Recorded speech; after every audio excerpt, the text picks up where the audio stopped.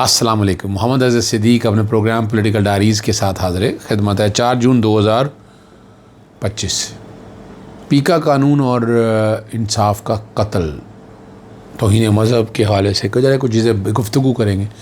Election tribunal के फ़ैसले आना शुरू हो गए और पाकिस्तान तहरीक इंसाफ फॉर्म 45 वाली जंग शायद अब जीतना मुश्किल हो जाए। मुझे जो नज़र आ रही है बात, मैं वो बतानी है, वक्त से पहले बता रहा हूँ आपको बात। और जिरगा की अहमियत क्या है और क्या आर्बिट्रेशन या मुल्क में ये निज़ाम का नफाज होना चाहिए। और Islamabad high court, Lahore high court में मैंने बता दिया था पीके एक्ट के हवाले से, अब इस्लामाबाद हाई कोर्ट में भी इसकी समाअत होनी है। इस्लामाबाद हाई कोर्ट के जस्टिस सरदार एजाज इसहाक ने कहा है कि इस्तादे इलेक्ट्रॉनिक जराइम कानून का कभी अमली तौर पर कोई एक फ़ायदा नज़र नहीं आया। ये देखें, बड़ी ज़बरदस्त बात उन्होंने कही है। तौहीन मज़हब के एक जैसे मुकदमा दर्ज किए जाने पर तहकीक के लिए कश्मीर की तश्कील की दरख्वास्तों की समाअत के दौरान जस्टिस सरदार एजाज इसहाक ने कहा कि जब वो वकालत कर रहे थे तब भी ना देखा कि इस कानून के अमली नफाज से कोई असर पजीर नतीजा निकला। ये हकीकत है, जो सच बात है। उनका कहना था कि ऐसा कुछ नहीं देखा कि पुलिस और तफ्तीशी एजेंसियाँ FIA पीका के बगैर वो काम नहीं कर सकते जो इस कानून के बाद किया। उन्होंने FIA के एडिशनल डायरेक्टर लीगल सवाल किया कि मुझे मालूम नहीं कौन सी ये चीज़ें हैं जो बतौर तफ्तीशी एजेंसी पीका कानून के बगैर आप नहीं कर सकते। बड़ी ज़बरदस्त बात कही है। सिर्फ़ और सिर्फ पॉलिटिकल विक्टिमाइजेशन के लिए हो रहा है। और मैं बार बार जिक्र करता हूँ, यानी मिसाल के तौर पर मैंने आपके सामने यूनान के हवाले से जो लोग मुल्क से बाहर स्मगल होते हैं, स्मगलिंग इंसानी स्मगलिंग के ज़रिए, तो वहाँ मैंने बताया कि सुप्रीम कोर्ट में मैटर लगा हुआ था। तो PNI लिस्ट के ज़रिए लोग जो है ना रोकने के लिए बनाई गई लिस्ट, तो वो अगर आप 50,000 लें तो 50,000 में से 300 लोग होंगे। बाकी सारे सियासी कैदियों के नाम PNI लिस्ट में डाले हुए हैं और वो लिस्ट अपनी जगह पर मौजूद है। लाहौर हाई कोर्ट के जज साल में जब वो लिस्ट मांगी और जब मांगने के बाद उन्होंने तकनीकी बुनियाद पर दरख्वास्त ही खारिज कर दी। इंसाफ तो फराम करे ना, लोग चीखे मारेंगे यहाँ बैठ कर। इस्लामाबाद हाई कोर्ट के चीफ जस्टिस आमिर फारूक साहब ने उस फैसला ना किया, वो बाद में मेरे पीछे फैसला किया और कहा कि सुप्रीम कोर्ट में जाएं आप, और वो फैसला बाद में रिलीज़ किया ताकि मैं चैलेंज ना कर सकूं। आप अंदाज़ा लगाएं इस बात को। लेकिन वहाँ उन्होंने कह दिया कि इस PNI लिस्ट का इतलाक जो है ना वो सिर्फ़ और सिर्फ स्मगलिंग के और हीनियस क्राइम। लेकिन यहाँ PNI लिस्ट जहाँ मर्जी दिल करता है जो मर्जी करना है। यानी रियासत ये क्या कर रही है, ये मैं इसलिए बातें आपके सामने बार बार रखता हूँ। तो इसी तरह पीका के कानून का भी असूली तौर पर कोई फ़ायदा नहीं हो सका, जो सच है। आप बता दें अगर आपको किसी को पता है कि पीके कानून का ये फ़ायदा हुआ है, मैं भी सुनना चाहूँगा, देखना चाहूँगा। लेकिन मुझे नहीं नज़र आया पीका के कानून का इस तरह का फ़ायदा। चलते हैं आपको आगे लेकर।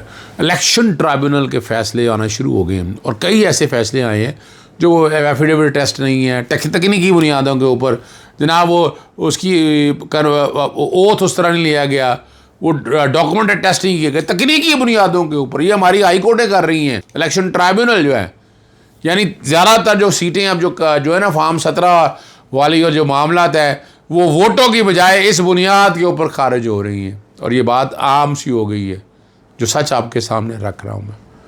ये ऐसा भयानक सच है। और इसके बाद जाना कहाँ है, सुप्रीम कोर्ट जाना है। सुप्रीम कोर्ट में भी आपके साथ वही हाल होना। और ये अब जो लेटेस्ट फैसला जो है ना, रावलपिंडी बेंच के इलेक्शन ट्रिब्यूनल ने फैसला सुनाते हुए मुस्लिम लीग नून के सरदार गुलाम अब्बास को NA उठर चकवाल से फातह करार दे दिया। मुखालिफ उम्मीदवार मलक रोमान अहमद की दरख्वास्त मुस्तरद कर दी। और ये सब कुछ भी अनोखा और नया नहीं लगता कि सब कुछ क्या और क्यों हो रहा है। क्या ट्रिब्यूनल भी नून लीग का पसंदीदा है? ये सवाल उठता है, इसका जवाब मेरे पास तो नहीं है। पता नहीं, शायद आप बेहतर जवाब दे सकें इस बात का। सुनने में बातें आती हैं, वही शेयर होती हैं, वही पता चलती हैं। पेशावर में जरगा हुआ जिसमें फ़ील्ड मार्शल जनाब सैयद आसिम मुनीर, वज़ीर आज़म शहबाज शरीफ, गवर्नर खैबर पख्तूनख्वा फैसल करीम कुंडी और वज़ीर आला अली मीन गंडापुर ने शिरकत की। और इस बुनियाद पर अली मीन गंडापुर पर तनकीद की जा रही है। बासियत वज़ीर आला उनका साथ बैठना सियासत का हिस्सा है। वैसे भी आप जब आप आकर बैठे हैं तो उन्हें बैठना चाहिए। मैं नहीं समझता कि इसको इस तरीके से लेना चाहिए। उन पर तनकीद तब करनी जब इस निज़ाम के साथ खड़े हों। लेकिन देखें, जिरगे को आप आर्बिट्रेशन के निज़ाम पे उस जिरगे को मत माने आप। लेकिन आर्बिट्रेशन फैमिली I कवानीन के अंदर मौजूद है, आर्बिट्रेशन एक्ट 1940 मौजूद है और बहुत सी ऐसी चीज़ें मौजूद हैं। मैं तो खुद आर्बिट्रेशन का हामी हूँ, वरना तो सत्यानाश हो जाएगा। अगर आप इस निज़ाम को लेकर चलते हैं और आप समझते हैं कि ये निज़ाम बेहतर नहीं है, सुलह हुदैबिया और कोई और ऐसे वाक़े हैं जहाँ पर आपस में बैठ कर अफ़ाम व तफ़हीम से मामले हल होते हैं, और ये हम देखते आए हैं, तारीख़ी तौर पर हमने देखे हैं, ये बातें हमने तारीख़ी तौर पर देखी हैं ताकि आपको समझ आ जानी चाहिए। लेकिन यहाँ हालात आपके सामने मौजूद हैं और हर एक को नेगेटिविटी की तरफ नहीं लेके जाना चाहिए। जिरगे का निज़ाम जहाँ फौजदारी निज़ामों में नहीं आ सकता, बिल्कुल नहीं आ सकता फौजदारी निज़ाम के तहत।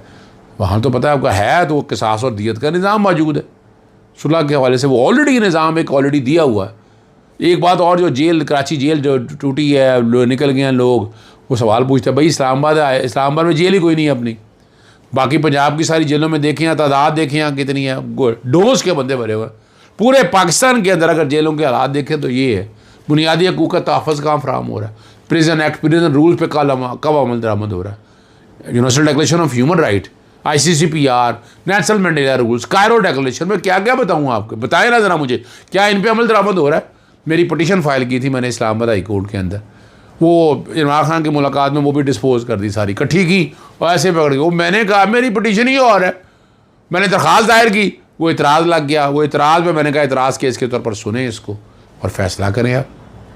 अब हम तो सारी चीज़ें सामने रखते हैं ना, रिकॉर्ड भी सामने रखते हैं कि असल बात सामने आए ना। हमारा काम तो आप तक हक़ाइक़ बताना है और हम हक़ाइक़ बताते रहते हैं। हम तो कोई ऐसी बात नहीं करते हैं जो छुपा कर रखी जाए, जो गलत बात की जाए, जो हालात से हट कर की जाए। लेकिन ये कस्टोडियल टॉर्चर एक्ट है, जेल के अंदर लोग मार रहे हैं, पोस्टमार्टम हो रहा है। लाहौर हाई कोर्ट में पटिशन दायर की थी, क्या इतनी मैंने पटिशनें दायर की हैं, वो चीज़ जो सिजाल साहब के बाद चली गई हैं और उसके बाद हम देख रहे हैं क्या हालत है उसकी, पोजीशंस क्या है। लोग मुझसे पूछते हैं क्या जवाब दूँ मैं आप, मैं तो PNIL वाले केस में जो कुछ हुआ है वो सारा कुछ रिकॉर्ड में रखना चाहता हूँ। वो मेरा कोई ज़ाती केस है या मुझे कोई शौक है, सारे मसले में जुल्म हो रहा है, ज्यादती हो रही है, अदालतों के सामने रखूँ तो कहाँ रखूँ, किधर दादरसी करूँ, मैं लोगों के मसाइल कैसे हल किए जाए, इसी तरह हल होने हैं ना ये, हम तो इसी तरह ही हल करेंगे, इस तरह बात करते रहते हैं। और PK एक्ट पंजाब के अंदर मैंने आपको पता है वो चैलेंज किया राणा अजीम वगैरह सब की तरफ से, वो जस्टिस फ़ारूक आज़म साहब के पास समाअत के लिए बड़ी आखिरी टाइम पे आकर बारी आई। मैं उस वक्त एक मीटिंग में जाना था, मैं तो मेरे एसोसिएट्स वहाँ मौजूद थे, मुख्तलिफ जवाब आए, वो जवाब दाखिल कर दिए हैं। और जवाब को जवाब ही समझना होता है और क्या होना होता है, फिर वो जजमेंट आ जाती है, फिर वो चीज़ें मैं बार बार कहता हूँ कि नहीं, इसे आइन और कानून के मुताबिक देखें, आप जल्द समाअत के लिए रखें ताकि लोग सुन सके देख सकें, लेकिन नहीं। और ये नॉर्मल सी एक पोजीशन है यहाँ, और उसमें जो तरामीम की है बुनियादी हकूक़ की सरासर खिलाफ वर्जी है, ना बोल सकते हैं ना आप देखें ना ज़ाती सहाफ़त का क्या हाल कर दिया आपने यहाँ पर सड़कों में फेंक दिए, उड़ा दिया आपने पकड़ के साथ ज़ाती सहाफ़त को यहाँ पर बैठकर। Islamabad high court journalist PFUJ और एंकर एसोसिएशन की दरख्वास्तों पर 2 माह बाद आज समाअत होने जा रही। 6 फरवरी से ज़ेर समाअत केस में हुकूमत ने जवाब जमा नहीं कराया, यहाँ से आप अंदाज़ा लगा लें, ठीक है ना जी। और पता नहीं आज क्या होता है, ये भी आप सुन लीजिएगा। इमरान खान और बुशरा बीबी के ख़िलाफ़ तोशाखाना केस में इस्तग़ासा के 2 गवाहान का बयान कलमद हो गया, और अड्डीआला जेल में तोशाखाना केस 2 की समाअत के दौरान स्पेशल जज सेंट्रल शाह अर्जुमंद ने इस्तग़ासा के 2 गवाहान के बयान होंगे। इस मौके पर इमरान खान और बुशरा बीबी को जेल हुकाम ने अदालत में पेश किया। गुज़श्ता समाअत वार को पता है बुशरा बीबी ने बार बार अदालती तलबी के बावजूद एहतजाज अदालत में पेश होने से इनकार कर दिया, और जिस पर अदालत ने बुशरा बीबी को आज पेश ना होने पर उन केस की ज़मानत मनसूख करने का अंदिया दिया था।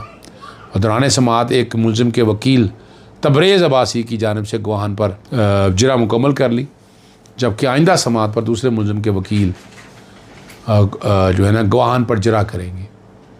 और अब इसकी समाअत जो है 11 जून ईद उल अज़हा के बाद मुलतवी कर दी गई है। इजाज़त चाहता हूँ। अस्सलाम वालेकुम। अल्लाह हाफ़िज़। पाकिस्तान जिंदाबाद।